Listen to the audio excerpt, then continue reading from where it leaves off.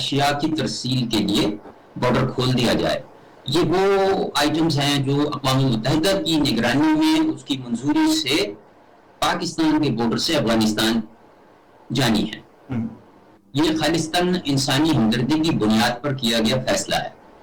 ہم تو ہمدردی کرتے ہیں، وہ تو ہمارے ساتھ ہمدردی نہیں کر رہے، وہ تو ہمارے گلے پہ چھری چلا رہے ہیں، خودکش حملے کر رہے ہیں جناب.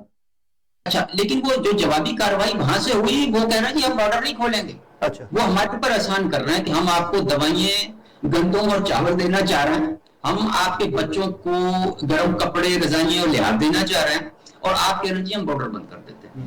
دیکھیے، اب یہ سوچ ہوتی ہے کسی سیزن پولیٹیشین کی، کسی ڈپلومیٹ کی، یا گورننس سے ریلیٹڈ کسی پرسنالٹی کی، کہ وہ انڈرسٹینڈ کرتے ہیں کہ کسی پازیٹیو جیسچر کو کیسے ریسیو کرنا، کیسے ہم نے اس کو انٹرٹین کرنا، اور کیسے ہم نے اپنا رسپانس دینا.